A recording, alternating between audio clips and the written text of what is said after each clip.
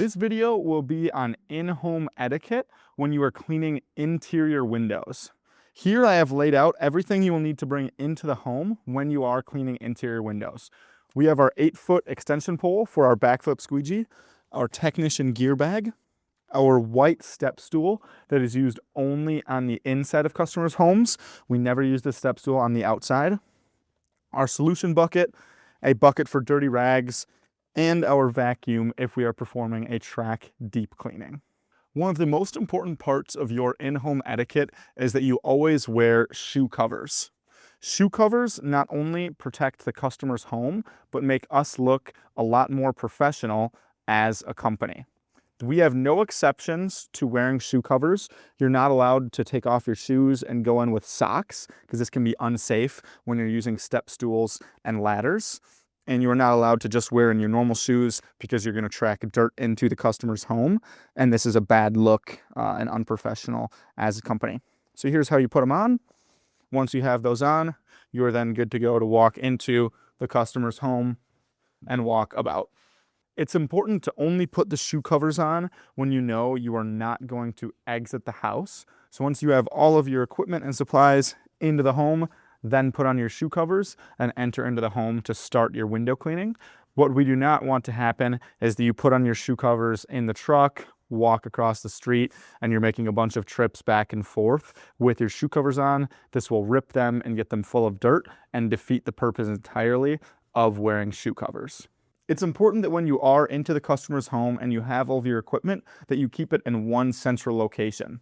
This is not going to allow you to lose things inside of different rooms in customers' homes, especially when we're cleaning really large homes. It's super easy to leave a squeegee, leave your solution bucket, whatever ends up being in a certain room, and forget about it completely. The strategy that we like to use is to have one central location for your gear bag, your solution bucket, your dirty rag bucket, shop vac, and extension pole, where you leave all of your gear. You wear your tool belt with your normal squeegees and your squirt bottle and everything like that in your tool belt. And then as you're going to clean windows, you come back to that central location to drop off dirty rags, to re-wet your wand, and to grab other pieces of equipment that you may need.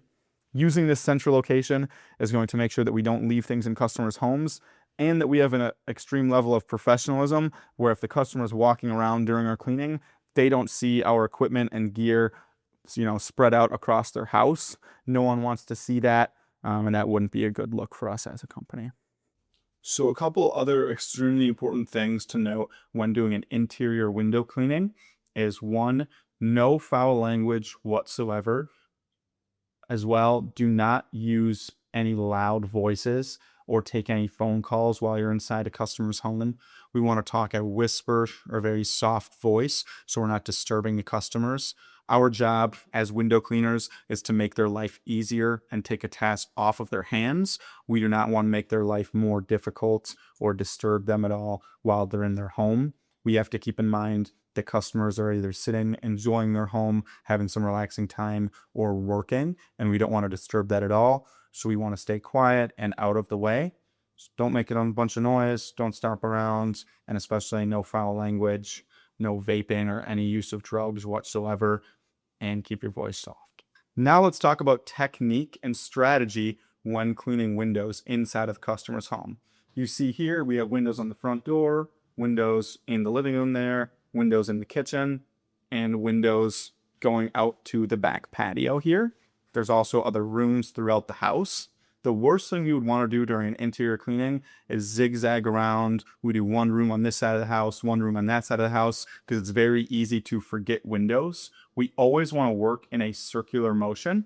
So if I'm starting here with this front door window and I'm moving to the right, I would do this window, then this window here. I would move throughout these rooms of the house, and then I would transfer over to the kitchen window here.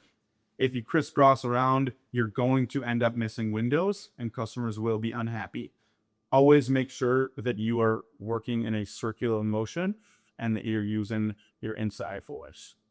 This also goes for if you are cleaning basements, middle floors, and upstairs. You want to make sure you complete one floor completely and then move on to the next floor of the house. If you use some windows on the first floor and then move up to the second floor, you're going to end up forgetting windows. Remember, work in circular motion and work one floor at a time. Now we'll talk about leaving the customers' homes as we found them. You can see here, the blinds are down for this window. The procedure to clean this window would be to lift the blinds up, clean the window entirely, and then leave the home how we found it and put the blinds back down. This also goes for locking windows. We always have to unlock the window, lift it up, and clean out the track.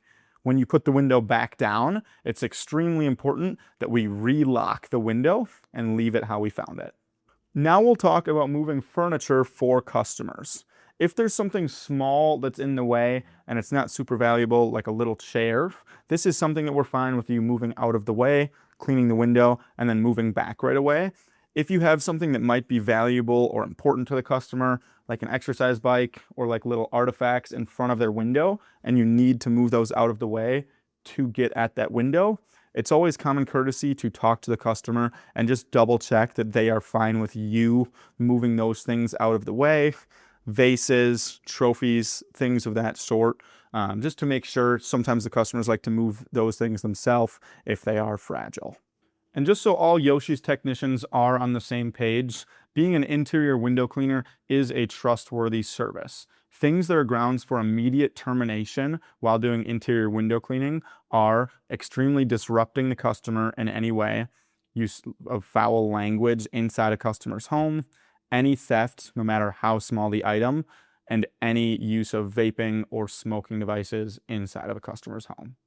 During interior window cleaning, we want to try our best to use the extension pole and our step stool instead of using exterior ladders inside the customer's home. As you know, the exterior ladders tend to track a lot of dirt, and if we bring them inside a customer's home, it's likely to leave it dirty. If we ever do have to bring an exterior ladder into a customer's home to get some extremely high windows that we cannot reach with our extension pole and our interior step stool, we would take 2 microfiber rags and put them on the edges of that exterior ladder when we're putting that up against their walls, so we don't leave dirt marks on their walls. We do not want to take microfibers and put these on the feet of the ladder because this could make it slide out from underneath.